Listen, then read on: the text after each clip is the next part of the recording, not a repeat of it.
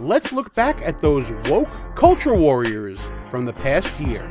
In case anyone forgot, this is how it works. There will be 11 categories of buffoon throughout this event, based upon the categories in my best-selling, award-winning book, Schnooks, Crooks, Liars, and Scoundrels, A Field Guide to Identifying Political Buffoons, which, by the way, is available right now on Amazon, at Barnes & Noble, and other online bookstores. Cheap plug, I know, but hey, that's how we roll. Our beautiful and lovely guests will nominate buffoons for each category. Just about anyone is eligible for nomination, with the exception of President Joe Biden and Vice President Kamala Harris. Because let's face it, if they were to be nominated, they dominate just about every category, and we can't have that now, can we? It takes a majority of our guests voting for a particular buffoon to win that category. Buffoons can win in multiple categories, and each winner goes on to compete throughout the end of the year for your vote as Buffoon of the Year. But the last award doesn't go to a politician, doesn't go to a journalist. It goes to the culture warrior of 2023. This is typically a non-politician, but someone from Hollywood, film, television, media, music, what have you, somewhere out there in pop culture that waded into the waters of politics and basically found out that they are not only not wanted, but they're absolutely stupid in the takes that they make. And while basically all of Hollywood can be nominated for this award, there are a couple out there that I think really distinguish themselves as culture warriors. The first one I can think of is Rachel Zegler, who is going to be playing Snow White in the live-action Snow White, and the absolute insulting nature that she treated the original work from Disney from back in 1937. It got announced, it was a huge thing that was like trending on Twitter for days because all of the people were angry. And so it was like those people. Very much this, yes. It was The this people that we awakening need to educate, the people that we need to love into awareness. love them in the right direction. I just mean that it's no longer 1937, and we absolutely wrote a Snow White that is not going to be saved by the prince. She's not going to be saved by the prince, and she's not going to be dreaming about true love. She's dreaming about becoming the leader she knows she can be, and the leader that her late father told her that she could be if she was fearless, fair, brave, and true. The original cartoon came out in 1937, and very evidently so. There is a big focus on her love story with a guy who literally stalks her. Yeah. Weird. I'm going to stand there 18 hours in a dress of an iconic Disney princess. I deserve to be paid for every hour that it is streamed online. But for me, at least, and I'll go to Brad to you first, Rachel Zegler was the face of Hollywood wokeness this year. No, definitely. And this is a case of a Hollywood player just, operating with the supreme belief that they have all the information. And she's really acting like one of these freshmen that come on college campus and hear all these things for the first time. They have those eureka eye-opening moments. I never knew this. Wow. But instead of being wise and saying, I have so much to learn, they think they've learned it all. So they go out there and spew their nonsense. So she's calling Prince Charming a stalker, and she's saying this is such an outmoded storyline. She's burning down the very intellectual property that built Walt Disney. And she's doing it also, Rachel, by insulting the audience, saying how the audience has to be re-educated. Yeah. And this woman, what is she, like 20, in her mid-20s or something like that? Yeah, I think early 20s. Early 20s, mid-20s. She's out there thinking that she knows the answer to everything and has to remake the face of culture here in America, because everything we've done has been wrong. It's been misogynistic. It's been tone deaf. It's been non-inclusive. And this 20-something is going to save Hollywood. Meanwhile, she hasn't had a profitable picture ever in her career.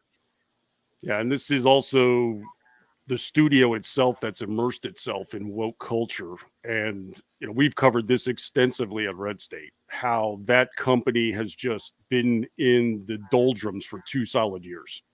I mean, they can't put out a movie without it blowing up in their face almost. Disney has, I saw some coverage that says Disney has lost in movies this year somewhere between 800 million and 1.3 billion dollars. That's a lot of scaro.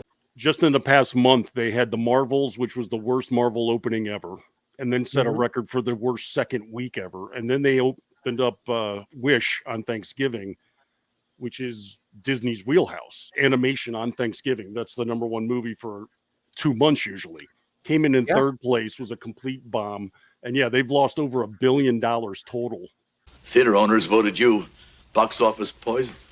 I mean, Indiana Jones was a misfire. They had The Creator in October that was a complete bust. And I mean, on and on. The list is extensive this year. I think the only movie that made money was Guardians 3. That's the only movie that made money for Disney this year. But I want to go over to my friend Rachel here and just let's talk about some other buffoons besides just this actress, Rachel Zegler. We saw so many women in Hollywood. When they say the future is female, I think the future of buffoonery is female as well, because you have someone who made a big splash in sports like Megan Rapinoe going out there in the year that she's retiring, going out and endorsing trans male athletes in women's sports. I think in general, the trans issue for me is just very much like a human rights issue, because we're not going to be able to stop trans people from being trans. It's like you can't stop anybody from being who they are. Ultimately, it's just pulling back the right for someone to make their own decision about their own body in their own life. Like, nobody owns anybody else's life, so that's abortion rights, that's trans rights. I mean, we saw Riley Gaines advocating for women as well, but the goal of Megan Rapinoe to go out in the year that she's leaving, after she's had only female competitors with her, to go out and say, well, now that I'm basically I'm leaving the sport, but trans males should be in women's sports. What's your take on that? Yeah, like you said, she's made a career out of there being a separate space for women that are allowed to compete against their peers, which is exactly the reason that that was said that we needed, Title IX, we needed a separate space to compete. And we see her turning against that very space and advocating for this. As you said, she's on her way out. So all of the women who come after her who would like to make a career and obtain scholarships by being able to compete in a level playing field are going to be bearing the brunt of that. In the same way that we saw her, turn against what was truly the best interest of female athletes for the future, we also saw that Lizzo, who was a darling of the media, was really caught in just a huge, it was just a dumpster fire with how she treated her employees. The court filing claims that after performing a concert in Amsterdam, Lizzo and her crew attended a sexually themed show at a club in the city's notorious red light district where, quote, Lizzo began inviting cast members to take turns touching the nude performers. Okay, that's interesting. Finally, the chorus became overwhelming, and a mortified Miss Davis, who's one of the plaintiffs, acquiesced in an attempt to bring an end to the chants. Plaintiffs were aghast with how little regard Lizzo showed for the bodily autonomy of her employees and those around her, especially in the presence of her many people whom she employed. Lizzo routinely champions body positivity, is also accused of calling out Davis for her weight gain after accusing the dancer of not being committed to her role. Davis was fired in May for recording a meeting during which Lizzo had given out notes to dancers about their performances, according to the complaint. These were women that were a part of her effort to defy fat phobia and to be a part of her show. We just continually see these women that are used by the left to be a mouthpiece for all of these leftist values against what truly benefits women. All of a sudden, the left is eating their own. Absolutely, and I know that Rick is a big Lizzo fan, but I'm still gonna recap what you're talking about so he can chime in on this as well. So the award-winning performer Lizzo, who has always been an advocate for body positivity and just being this authentic self and all that. So a lot of this woke culture surrounding that. she's been sued by her backup dancers for various instances of body shaming and pressuring them to attend some shows overseas in Amsterdam that weren't exactly family friendly, and pressured them into doing a little bit of lewd behavior while out on tour with her. And it was the understanding of these performers that if they didn't participate and be around her while she's doing this, that their job might be in jeopardy. But for Lizzo to fat shame her own dancers when her whole image is supposed to be body positivity, she took a big hit this year as far as her reputation is concerned. Well, I mean, I'm gonna, you pointed out earlier. I don't know if this was during part of the recording part that they're going to hear or not. That my last name is now the Dutch spelling for asshole or some shit. So I'm gonna be that guy for a second. Her fat shaming anybody would be like Shamu trying to fat shame the whale for Moby Dick. I'm just saying. Yeah, absolutely. It's definitely hypocritical, and it definitely got her in trouble. Because this, and she had her image was tarnished because of this, and she now has to deal with this lawsuit as well. So there's definitely a backlash that she suffered, and frankly, I love it when I see people get their comeuppance in this respect. Like what you see so far? Go ahead and smash that thumbs up button. Also, leave us a comment and tell us what you're thinking, and don't forget to subscribe so you never miss another show. One personality that was completely batshit this year was Jada Pinkett. Oh, good God. Oh, good God. Go, listen, you opened your mouth. No good deed goes unpunished. Give me the oh, God reaction to Jada Pinkett. Dude, this whole thing is nuts. Like, so for the longest time, Jada Pinkett and Will Smith were like the darlings of Hollywood. Everybody just thought they were amazing. They were great together. They were cute. They were awesome. This chick is nuts. She's insane. She's lost her mind. And so is he, for that matter. But just this whole thing that now they're airing all their dirty laundry everywhere for everybody to hear it. And all of America is just like, can we change the channel now? Can you just stop? Oh, her book and all her expose of everything going on in her marriage and basically volunteering this information. Why do I know so much about these people's marriage? I kind of feel, literally, I kind of feel like I know more about their marriage than I know about my own damn marriage. Jada Pinkett Smith.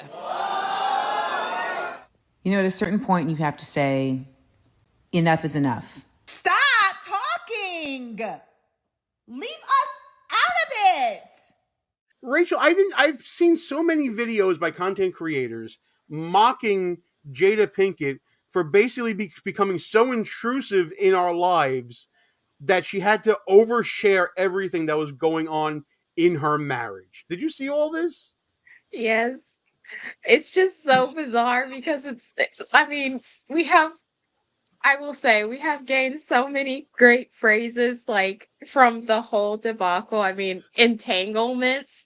Like, I can't think about her just going on and on, and people have just completely turned on her. Like, they're making fun of her for trying to make more out of her pining after Tupac than, there really was. It's like, he didn't want you. That's why he was engaged to someone else when he died. And then you have just Will Smith just completely, I don't really even know how he can recover after all that she's outed and how they've stayed together through that. And then her interview, with all that happened, it's like, why would you accept another interview? I think this one was with Hoda Kotb. So from the year 2016, which is 7 years ago now. Yes. Y'all have been apart. Yeah.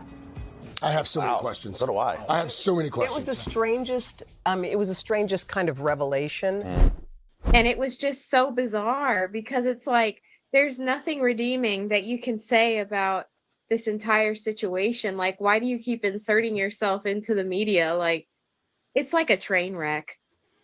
Oh, but like every train wreck, we're all stopping on the side of the road to watch it, occur here. We're desperately trying not to, but yeah, we can't look away. Oh, listen, if there's ever been a fiery wreck on the side of the road and you haven't stopped to look at it and rubberneck just like the rest of us, then you're not human, because that's human nature. That's That's what we all do, for better or for worse. Uh, the last nominee I'll bring up, because why not?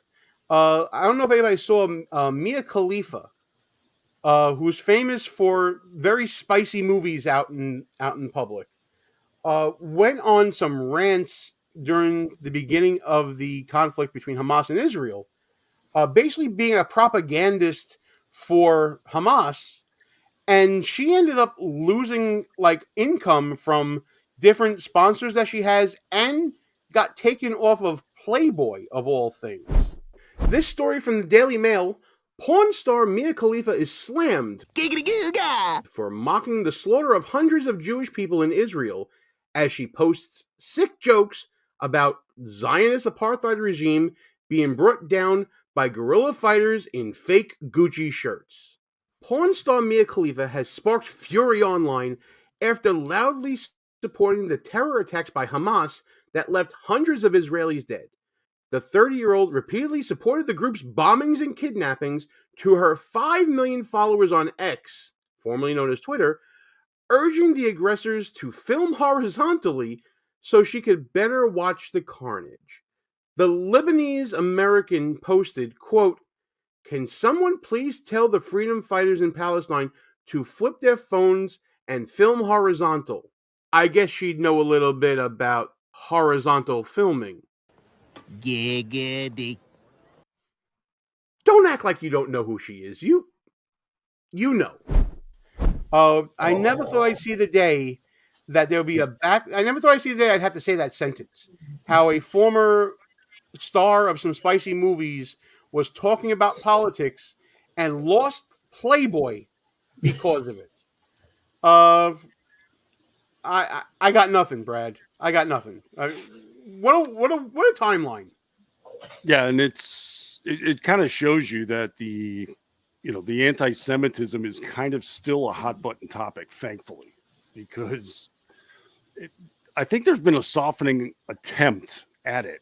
They've been using anti-Semitism for the better part of this year as a cudgel against Republicans. Like Ron DeSantis is anti-Semitic. Mm-hmm. No, I've watched the guy go to synagogues and celebrate the Holocaust. Phrasing. Obviously. And talk about anti-Semitic legislation and such that he wants to put out there. The guy is as pro-Israel as they come. That's how shallow the accusations are. But now that this attack on Israel took place, the real anti-Semitism is coming to the fore, and it's coming from the very side that usually charges it. So yeah, and Mia Khalifa, the encouraging aspect. And Mia Khalifa was not the only one to feel a backlash from that. Susan Sarandon as well had to make an apology for some remarks that she made that were seen to be pro-Hamas and anti-Semitic as well, Rick. There are a lot of people that are afraid of being Jewish at this time, and are getting a taste of what it feels like to be a Muslim in this country, so often subjected to violence. There's definitely been I keep using the phrase, a mask falling off in Hollywood, especially when it comes to this escalation of anti-Semitism, and a lot of people out there are getting caught up in it. Yeah, I mean, most definitely. The Sarandon one honestly surprised me, because it wasn't just that she had to come out and apologize. Her agent actually just said, "No, we're done. go find somebody else." I was honestly, because with as accepting as most of the higher ups have been in Ivy League circles, to see Hollywood coming out and saying, "No, we're not dealing with this. This is not what we do here." That was actually kind of surprising to me, in a good way. I'm not typically surprised in a positive way by Hollywood anymore. This happened to be one of those times. So I wouldn't say it's surprising. I would say it's indicative of how stupid so many in Hollywood are, because when you come out and start talking anti-Semitic, you're clearly unaware of just how many Jewish people operate in the business.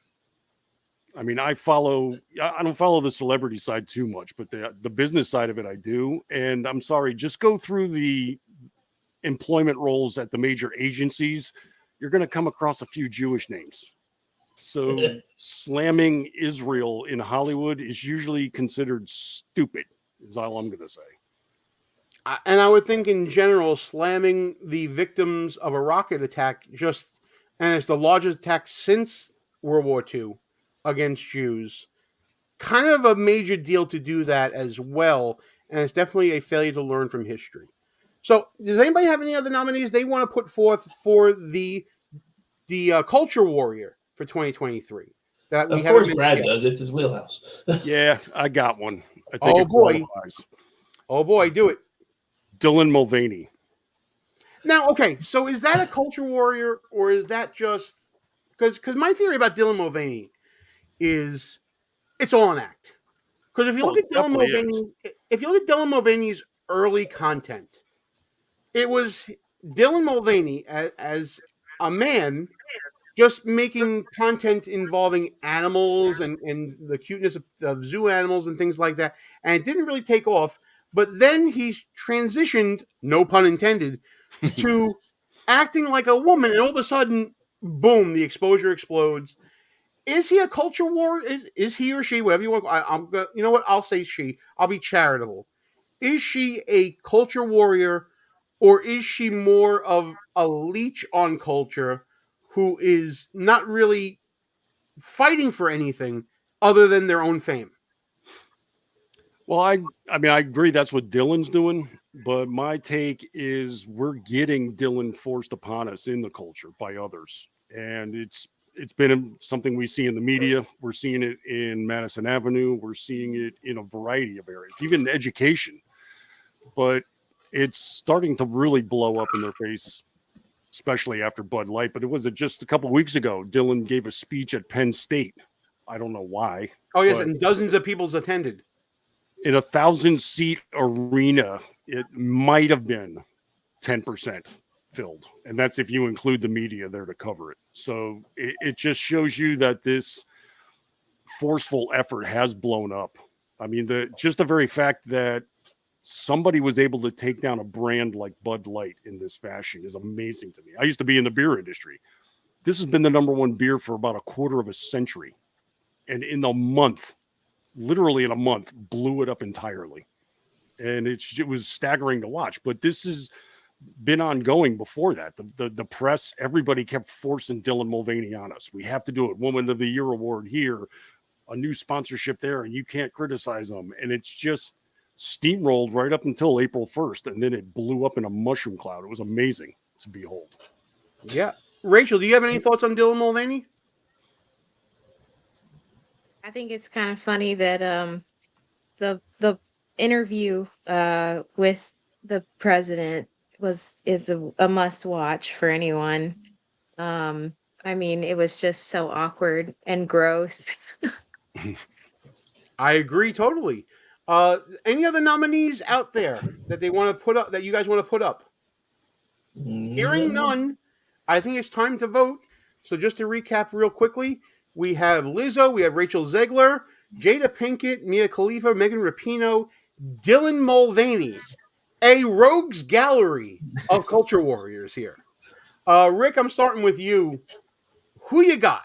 I'm going Jada Pinkett because I'm hoping that if she wins this thing, she'll be notified and just kind of shut up and go away. All right. I'm going to go Rachel Zegler just for the longevity of the whole weird comment she made about Snow White and now this about face about how she loves the character and all that. Just a complete train wreck of a rollout that has cost Disney hundreds of millions of dollars. They have to reshoot this, and they're going to take an even larger loss coming in 2024 on it. Brad, who you got? Well, I'm just going to probably queer the deal, no pun intended, and I'll stick with Dylan just because I love that entire story so much. And that puts Rachel in a great position. You are a kingmaker, Rachel Seatac, right now. The swing vote. You can either pick one of the three we picked, or put us all into chaos and go with someone else. In which case, we'll have to do a second round of voting here. I'll go with the chaotic and pick Lizzo. What do we do now? What the hell do we do now? Oh my God, here we go. I love it. Oh, this is great. All right, so we got a 4-way tie. We're each advocating for a particular buffoon. I'm going to put 30 seconds on the clock for everyone. And you guys are going. Well, let's see if we can break this logjam at all. I'm going to start with you, Brad. You have 30 seconds, and I'm not going to really time this too much, so I'll give you some. So I'll give everybody some extra time, but be as brief as possible. 30 seconds on the clock. Go, sir. Well, I just think the all-encompassing aspect of Dylan. I mean, we're talking about the culture itself, and then they just spread all across the culture. It was in politics, it was in advertising, it was in the media. I mean, we saw their name thrown at us from just about every single angle, and I think it's pretty encouraging to see the general public say, "No, we're fed up." All right, Rick, you got 30 seconds or such time as you may consume to defend your pick of Jada Pinkett. Well, I mean, come And on. I mean, come on. Look at everything she put us through. She put their dirty laundry out everywhere. A vote for Jada makes her go away. Come on, guys, make it happen. So basically, your argument is, "Oh, come on, guys," and that's it. That's pretty much it. Yeah. Okay. I mean, Okay. All right. Well. Okay. Rachel, you get to make your argument for Lizzo. 30 seconds. Please go. Well, first I'll say an additional argument for Jada, similar to why some people say that Taylor Swift got the Time Person of the Year, is that it's someone for the category that like there was no one who wasn't talking about it. Like we were all talking about the Jada Will debacle and entanglement. So the widespread of it is another reason why it should possibly be Jada. I Are did you vote for okay? I But voted you're not for giving up on yours, Lizzo. are you? You're not giving up on yours. I'm just adding that just so that we have all of the arguments on the table for everyone. It's a fair fight. Okay. So for Lizzo, um I mean, it's so ironic. Like I think that it's just neatly sums up like what happens when people's true colors show and that she turns on the very group of women and calls them names against her very ideology that she stands for in her soapbox. She's extremely pro-abortion, so I'm not a Lizzo fan. And I think that it's just one of many ways that she is anti-women and doesn't serve our best interest in the lawsuit that she's facing right now. All right. Here's my 30 seconds for Rachel Zegler, and I'm kind of reading the tea leaves, and I think I see how things are leaning right now. But Rachel Zegler is the perfect personification of woke Hollywood. She's young, she's stupid, and she is useless. She doesn't have life experience to understand the significance of the intellectual property that she's working on. She made a fool of herself in the media to the point where she's become a meme herself when it comes to the whole statements about Snow White being weird and all that. And she's faced a little bit of consequences now because she's made a very abrupt about face about Disney and talking about Snow White and all of that. I think that if you were to make a woke Hollywood person from the ground up, it would be Rachel Zegler. And that's going to be my pick for her. So now we've all had our say. Has anyone changed their mind? Well, I'll change my vote to break a logjam. How about that? What are you going to change it to? I'll go with Ziegler because she, like you said, she personifies it, and she also, I think, has been as costly misfire as you could come up with for a studio. So I think it's a legitimate pick right there. I appreciate that, Brad. It's very big of you. Is anybody else changing their vote to anything else? Nope, I'm still where I am. I'll vote for Jada. Oh, okay. So we're down to 2. Oh, great. Now we got another logjam. Well, no. I mean, we're down to 2. We went from 4 to 2. My question now is the same as before. Do we have co-winners, or do you want to duke it out? I think it's tough to pick, actually. I mean, between those two, it really is kind of hard. Yeah, they're equally a hot mess in my book. All right. So we have co-winners for the Culture Warriors this year. It's trophy time again, folks.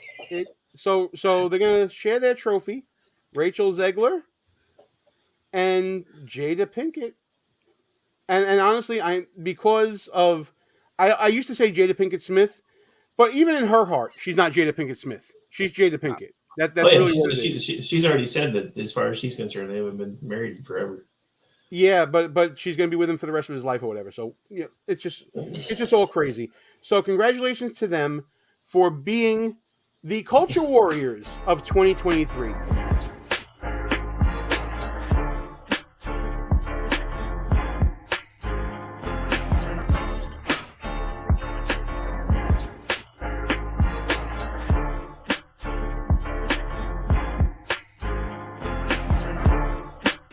All views and opinions expressed here are not necessarily of the mainstream media and may offend some listeners. It's called political buffoonery.